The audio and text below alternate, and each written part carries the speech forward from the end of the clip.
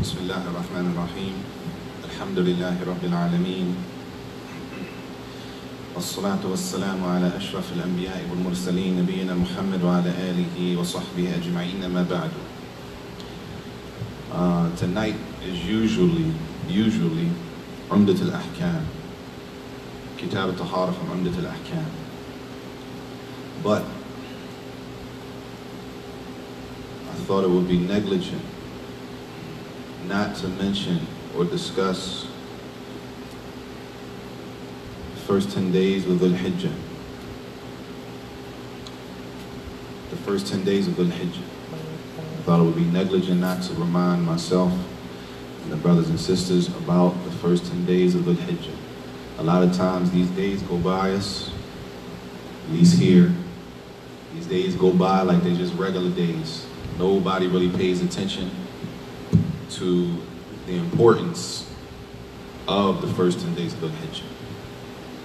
When we were in Mecca, it was a big thing. In the khutbah, after the salat, everybody knows about the 10 days of Dhul-Hijjah. But here it's like, what's that one day that we gotta fast? That's for most people. What's that one day we gotta fast around Hajj? Right? And most people don't even know what Dhul-Hijjah is. So I thought it would be munasib, as this book was written specifically, just like the book, or the couple of books that are written, Majalis Ramadan, those Ramadan sittings in Ramadan. Sheikh Fawzan has one, Sheikh Al-Uthaymeen, rahimahullah, has one, Sheikh Abdul Razak Al-Badr has one, right? Sheikh Muhammad Al-Subayr, rahimahullah, has one. This book is the same, on the same type of pattern, idea. It's called Majalis Ashrat Dhul-Hijjah wa Ayyam al-Tashriq by Sheikh Abdullah Fawzan.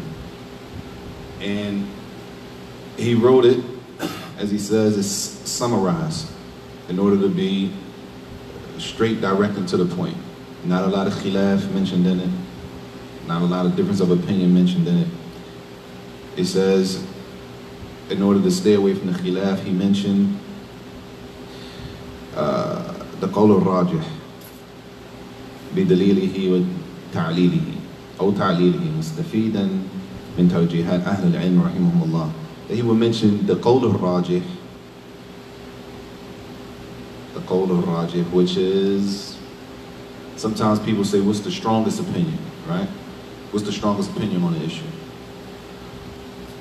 The qawl al-rajih is not necessarily the strongest opinion in the world. Right? The strongest opinion in the dunya is not necessarily the qawl al-rajih. The qawl al-rajih is the strongest opinion to that sheikh, that mujtahid, the one looking at it, giving the ruling on something. Not me. Whatever sheikh that's giving a fatwa on something, he'll say the qawl al-rajih for the mas'ala is kada, and the strongest to him, the strongest opinion in the issue is this because of this. And he'll mention his proofs. So it's the same thing here. He mentions the strongest, if it goes into difference of opinion, then he'll mention the strongest according to him, which is important to understand that a lot of times people ask, what's the strongest opinion? It all depends on who you ask. That's the point of the issue having khilaf in it. It's khilaf in it because it's strong to you and it's weak to him. It's strong to this sheikh and it's weak to this sheikh. Not any sheikh, the ulama, not the Sheikh Al-Uthaymeen, this is strong. The Sheikh bin Baz, the Sheikh Al-Albani, this one is stronger. Like the issue of what? Everybody know what Sheikh Al-Albani, rahimahullah, he differed with the ulama Sardiyya with. Not just the ulama Sardiyya, but general. It was a thing. It was a big thing. Huh? What's your name? That was one of them. Oh, okay. The niqab, hukm the niqab. The ruling of wearing niqab, the issue of the niqab. It's khilaf. The ulama differ on the obligation of wearing niqab. And it didn't start with, the khilaf didn't start with the ulama of our time, Sheikh al-Albani, Sheikh al-Baz, Sheikh Hussain, Sheikh al-Thamini, Sheikh Salih al-Faydan. It didn't start with them. It's old, the issue's old. It's another problem. We think that because our ulama of our time, that all of this started with them, these issues are different and stuff like that. It's old. Anyway, Sheikh al-Albani, rahimahullah, he held the position that the niqab wasn't wajib. And he has dalil, just like the rest of the ulama. And it's not Sheikh al-Albani's opinion, because it didn't start with Sheikh al-Albani. It started min zaman, years, it's old issue. But just to bring it up to date, the ulama in Saudi is Sheikh Fawzan. You won't find pretty much anybody in the university in Saudi is saying that the niqab is not wajib. Yeah, we know it's difference of opinion, but the majority of the people, the teachers and the scholars, they're on the opinion that the niqab is wajib. Sheikh al-Albani is of the opinion that no. And they're using the same ayat, tafsir from the same ayat. They're using the same hadith to prove their point, both sides. And they come out with a different ruling. He sees this one to be stronger, and they see this to be stronger. And they all still have respect for Sheikh al-Albani, rahimahullah. But his position is so strong. Sheikh al-Albani's position is so strong that the book that he wrote on the issue, Saudi, they banned it. They banned it in Saudi. They wouldn't allow the bookstores to sell it. It was not allowed to be sold in the bookstores. Alhamdulillah, I read the beginning of it.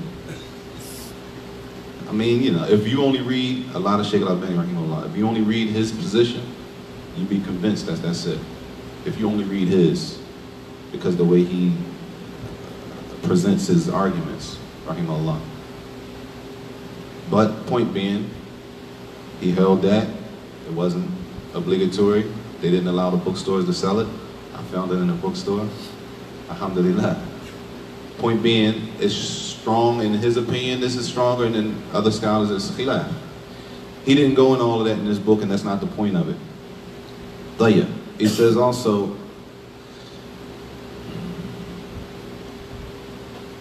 the fact that we stop in a class like Umdat al-Fiqh to discuss this is not something that is should be looked at like that's kind of, you know, is it really that important? Because you have books, as he mentions here in the footnote, books written on exactly these topics, right? Which are specific times are held better, or let's say more sacred than other times. Specific places have a higher, or held to a higher status or level than other places, right?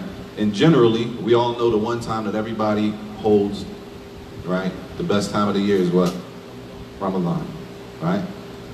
Ramadan. And there's specific things that are specific. There's specific things that we do during Ramadan, right? And there are books written on it, just specifically for that. But Ramadan is the most famous, but it's not the only one to the Muslims. In the Muslim world, it's not just Ramadan. Meaning the moon sighting is not only for Ramadan. There's other things throughout the year that are going on that are serious for the Muslim that are connected to the month. So he says basically in the beginning that he explains what he did, how he meant to keep it simple, for it to be read in the masajid to the people. Tayyib. He says, Al-Majlis al-Awwal, the virtue and benefit of these 10 days. Number one, does everybody know what Dhul-Hijjah is? What is Dhul-Hijjah? Fadl. Tayyib. Not the meaning of Dhul-Hijjah. Well, Tayyib. Oh, the month, yeah. The month, it's a month. Dhul-Hijjah is a month. What month is it? Dhul-Hijjah. What number? I'm not sure. The last month of the year. The last month, Dhul-Hijjah. Ramadan is what month? 9th. After Ramadan? Huh? Shawwal, the 10th. After Shawwal, Dhul Qa'dah. We got to know the months of the year, and Islamically, because it's virtue and a worship and benefit connected to the months of the Islamic calendar. Fasting every month, right? Fasting every month, Sunnah. Fast the white days. What are the white days? The 13th, the 14th, and the 15th of every month. Of what month? January? January or February? Huh? Every month. January, from January to December. Wallah? Huh? Sah? La? The 13th, 14th, and 15th of every month, from January to? From the Islamic months. It's connected to the Islamic calendar, not January. January might not match up with the 13th, 14th, and 15th of the Ayyam al-Bid. It's the white, they call it the white days, because the moon is at its full point during that time of the month, every month on the Islamic calendar. So we got to know more than just Ramadan. Right? Ramadan, we know we got to know that, but it's other acts of worship connected to the other months that we need to know. From them is the last month, Dhul-Hijjah. And he says, firstly, he says, اعلم أن من حكمة الله تعالى والدلائل ربوبيته ووحدانيته وصفات كماله تخصيص بعض المخلوقات بمزايا وفضائل وتفضيل بعض الأزمنة والأمكنة على بعض في تعظيم الأجور وكثرة الفضائل. From Allah's wisdom is that in which points to His lordship, that He is the creator of everything, that He is the most perfect names and attributes, that He has specified certain things to have certain virtues. Certain things are specific because they have certain virtues over others. Some things are better than others. Some people are better than others. Right? He said, وَتَفْضِيلْ بَعْضَ الْأَزْمِنَةِ. Some time frames to us are better than other times. Right? So, some times are better than other times. Today is Jumu'ah. What's the benefit of Jumu'ah, the last hour after Asr on Jumu'ah? That the rest of the 6 days, they don't get. That the Prophet ﷺ said, where the dua is answered, the last hour after Asr, Yom al-Jumu'ah. We don't get that. That's just Thursday night and Wednesday night or tomorrow night. It's specific. This time is better than the other times. He says, well, amkina. Some places are better than other places. From Allah's wisdom. Like what? The Haram in Mecca is better than, or even outside of Mecca. The best places are what? The Masajid. Some places are better than other places. They are from Allah's wisdom. He says, and from those things, he says, وَمِن ذَلِكَ أَنَّ اللَّهَ تَعَالَى فَضَّلَ بَعْضَ الشُّهُورِ وَالْأَيَّامِ وَاللَّيَالِي عَلَى بَعْض. Also, Allah made some of the months better than the other months. Some of the nights better than other nights throughout the year from Allah's wisdom. Why? لِيَكُونَ ذَلِكَ عُونًا لِلْمُسْلِمِ فِي زِيَادَةِ الْعَمَلِ وَالرَّغْبَةِ فِي الطَّاعَةِ. So that the Muslim, that these times is opportunity after opportunity for the Muslim to worship and increase in obedience to Allah Jalla wa Ala. وَتَجْدِيدِ النَّشَاطِ لِيَعْظَمْ أَجْرًا. And to increase their actions, their obedience, right? And to also increase their reward with Allah Jalla wa Ala. It says, and this is all so that a person can prepare for death. All in preparation for death before death comes. Tayyib. He says, so these time frames, and there are many, we don't want to get stuck on the time frames too many, but these time frames, and there are many that Allah made times better than others, places better than others, and he mentions the book by Imam al-Bayhaqi, rahimahullah, Fada'il al-Awqat, the virtues of different times. The ulama, they wrote books on just What's the benefit of this time, the benefit of that time? That sometimes are better than others. وَلَطَائِفْ الْمَعَارِفِ لِإِبْنِ رَجَبٍ. The book Lata'if al-Ma'arif Ibn Rajab, where he went through every month on the Islamic calendar and specified what acts of worship should be done in this month from the Sunnah of the Messenger sallallahu alaihi wasallam. Went through all months through the year on the Islamic calendar, right? Lata'if al-Ma'arif. So the ulama, they took time out to show and distinguish that from Allah's wisdom and the hikmah, that every day is not the same, every month is not the same, every place is not the same. As Ibn al-Qayyim said, rahimahullah, in Da'at Dua, it has nothing to do with this, but whoever knows the benefit for those times and those places, they get the benefit. And whoever doesn't know, then they don't know.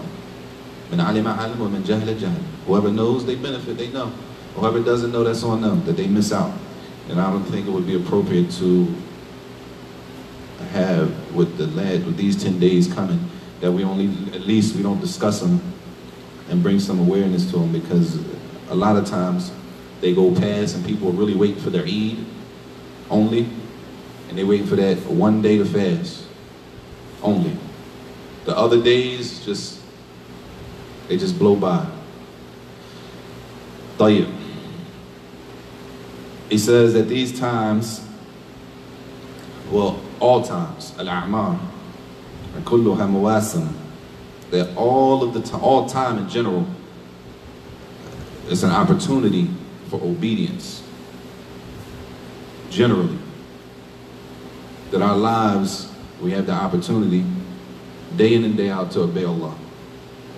It's in at the same time, the obedient person, they benefit, and the disobedient person, they lose out on benefit. So it's on the Muslim to know. It's on the Muslim to know the qima hayati, that we have to know and understand that life is precious, and we only get one life. We only get a certain amount of time. We don't know when we're going to die. We don't know if we did enough. We shouldn't think we did enough, because that's not how. It's not how. Starting with the Messenger alayhi salatu wasalam and the Sahaba, that's not how they thought. That wasn't the mentality that they did enough, but they kept striving, and that's why Aisha radiallahu anha, she asked the Messenger alayhi salatu wasalam, why do you pray like that? Because he would pray at night outside of the 5 prayers. He would pray at night until his ankles were swollen, alayhi salatu wasalam. So she said, why would you do all of that, and Allah already forgave your past sins and your future sins? Should I not be a thankful servant?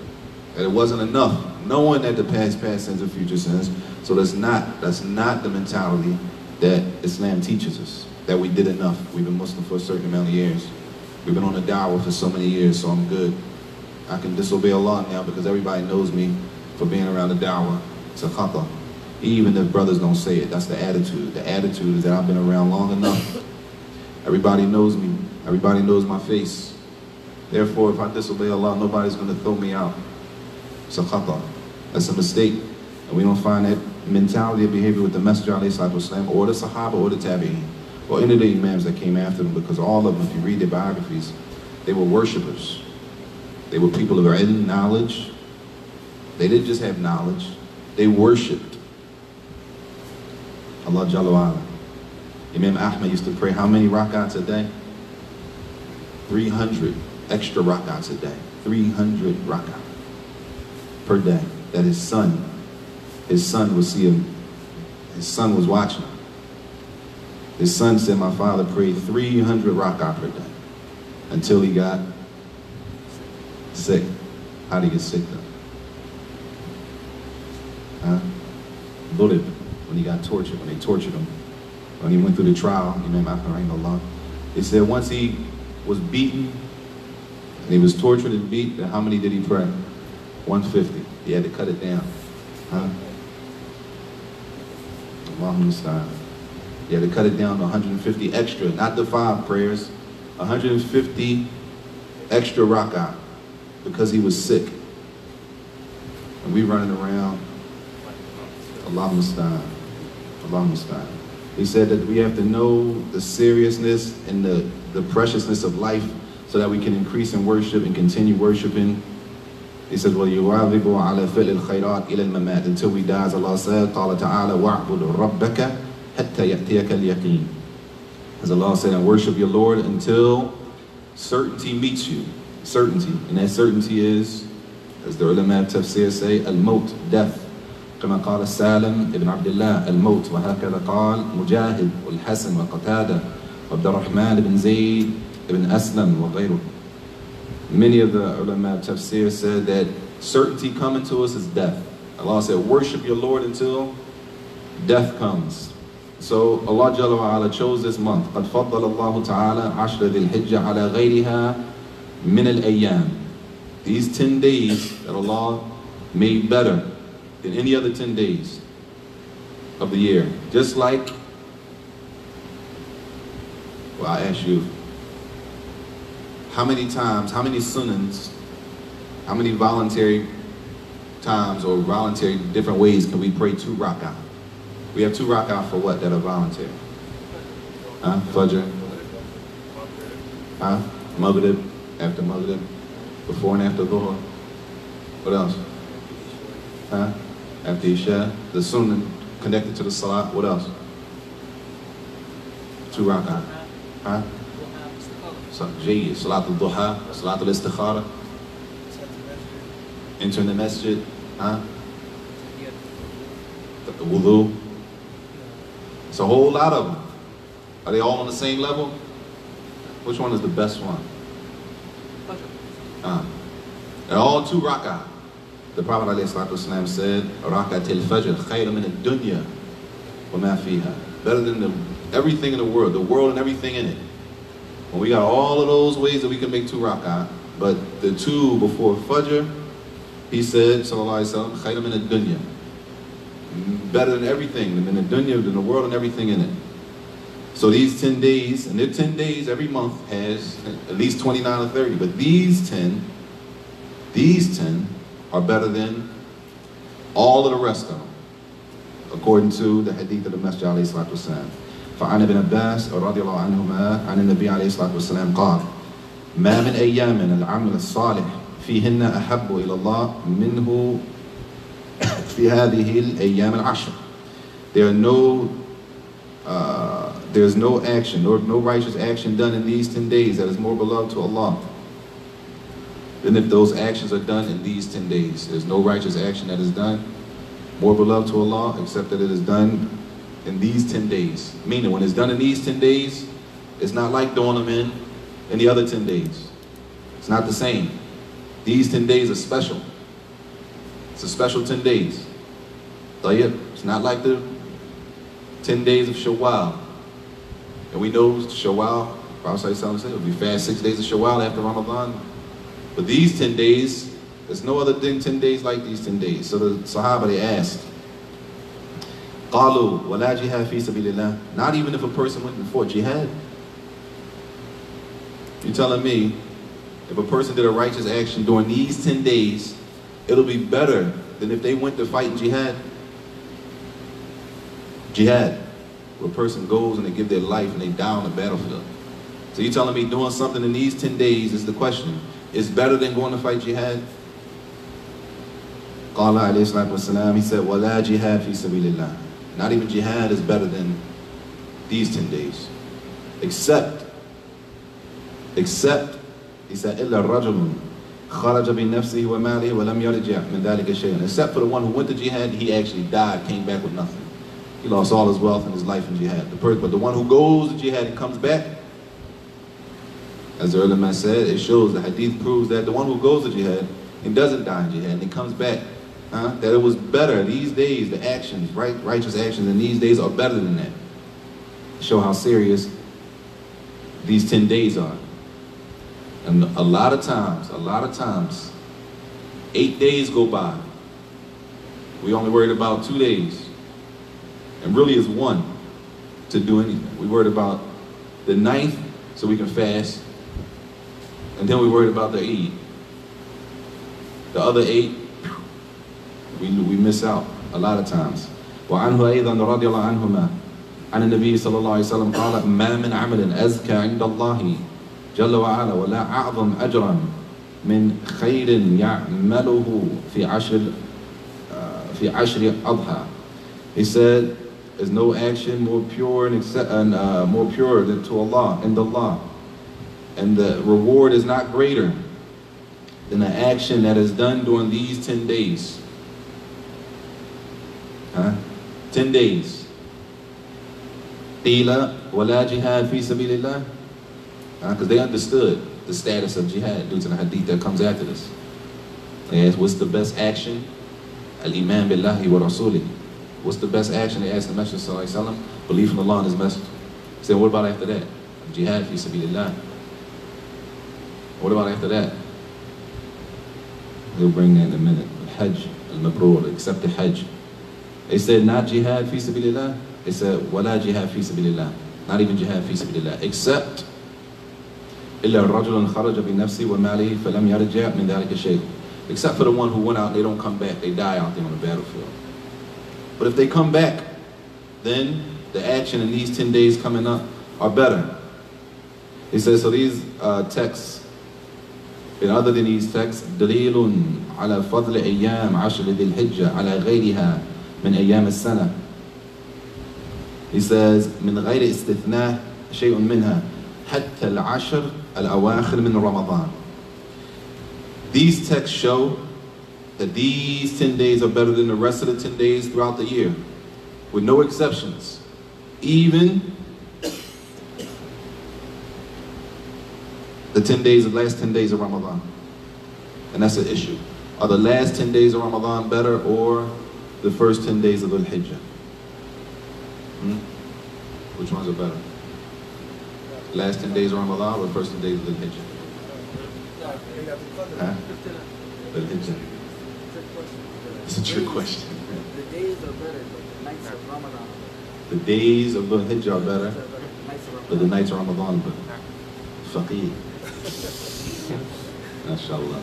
That's the issue. The issue of the ulama is which ones are better, because both sides, the nights of Ramadan, they have texts, right? And the days of Dhul-Hijjah have texts. So this statement is from Ibn Kathir rahimahullah in his tafsir.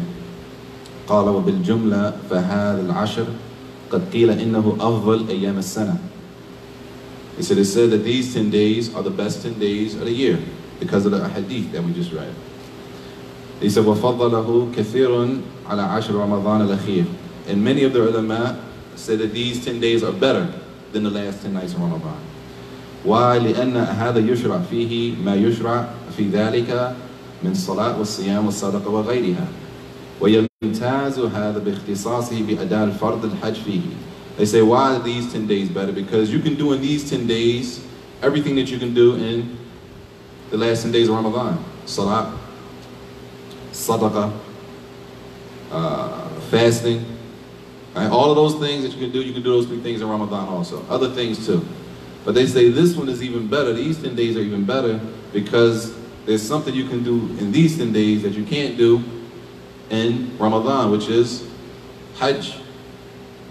And these 10 days, the people are going to be performing Hajj, which they say, those who hold these 10 days to be better from the scholars, they say that the fact that people perform Hajj during these 10 days, it makes these 10 days better than the last 10 days of Ramadan. طيب, that's the first statement, first goal. وقيل ذلك أفضل لاشتماله على ليلة القدر التي هي خير من ألف شهر. They say that, the other group of scholars, they say that, well, the last 10 nights of Ramadan are better. Why? Because in the last 10 nights we have Laylatul Qadr, which is better than 1,000 months. So the fact that Laylatul Qadr is better than 1,000 months and is contained in the last 10 days of Ramadan, they say that the last 10 days of Ramadan are better. That's the second opinion. طيب. He says, وَالتَّوَسَّطَ آخَرُونَ. And he says, and in the middle we have a group of scholars in the middle. قالوا, they say, أيام هذا أفضل. This is his statement. The days of Dhul-Hijjah, the days of Dhul-Hijjah are better, right? وَلَيَالِي ذَلِكَ أفضل. But the nights of Ramadan are better. The days of Dhul-Hijjah are better, but the nights of Ramadan, the last 10 nights of Ramadan are better. وَبِهَذَا يَجْتَمِعُ شَمْلُ الْأَدِلَّةِ. This last statement brings all of the dalil together so that no hadith is pushed to the side, that all the hadith are used. So the hadith that mention the benefit and the virtues of Dhul-Hijjah, they're used, meaning the first 10 days are better. And the hadith that mention the Laylatul Qadr and standing at night, right? Whoever stands with the imam until the nose, hadith are also used. So he says this is the middle statement. طيب. وَاعْلَمْ أَنَّ فَضِيلَ هَذِهِ الْعَشْرِ جَاءَتْ مِنْ أُمُورٍ كَثِيرًا مِنْهَا. Some of the things that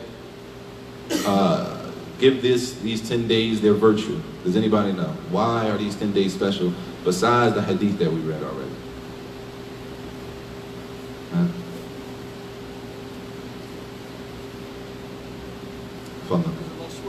There you are. Jade. Number one, Allah Jalla wa Ala swore by these 10 days. Allah swore by these 10 days. We know we can't swear by anyone or anything except Allah. Can't swear by anything except Allah. But Allah Jalla wa Ala, He can swear by whatever He chooses to swear by. And if He swears by something, as He says here, dalil ala ahamiyatihi wa idham naf'ihi wa nahwi dhalika. That Allah, al-iqsam bi-shay, when Allah swears by something, that shows that whatever He swore by, is some serious importance to it. Wal-asr. He swore by the time, right? And all the things in the Quran that we find, the waw al-qasm, the waw al-qasm, the waw of swearing, as it's translated, the waw of swearing, that when you find that, or the ba or the ta, you find that it shows that whatever Allah is swearing by is important. Allah said in Surah Al-Fajr, wal-fajri, swore by Fajr, the dawn, wa-layalin ashr, and the 10 nights, the 10 days or nights, 10 nights. But in the tafsir, قال ابن عباس وابن زبير ومجاهد وغير واحد من السلف والخلف إنها عشر ذي الحجة, that is the 10 days of Dhul-Hijjah. That, and this is the importance of tafsir. There's no way, brothers and sisters, no way we shouldn't have in our houses books of tafsir. There's no way. We have the Quran, right? We have the Quran in our houses.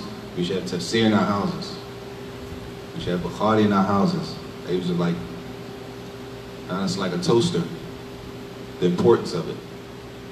You know how you move and you like, some things are essential for the house.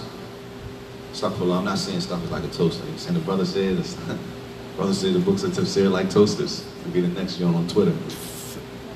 He said the books of tafsir are like toasters. I think I heard him. Essential.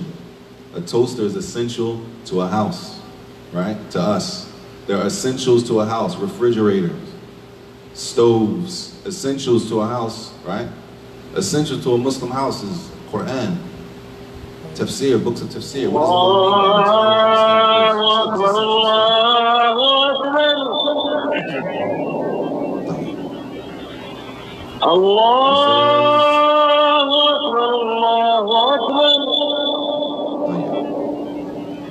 أشهد أن لا إله إلا الله.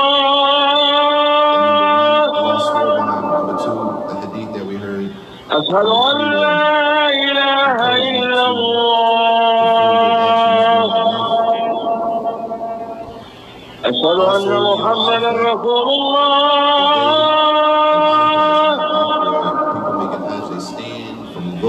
أشهد أن محمدا رسول الله. Except on Hajj. حي على الصلاة. Whatever you want to make dua for. حي على الصلاة. Too busy in our lives, too much going on. حي على الصلاة. All of these things are found. حي على الصلاة.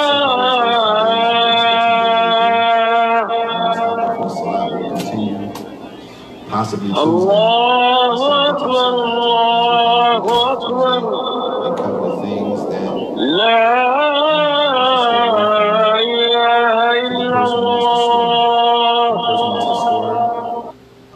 For this Eid or during these 10 days, there's some things that you should stay away from, and then we'll go into the wadha'if, things that we should be doing during these 10 days. Any questions?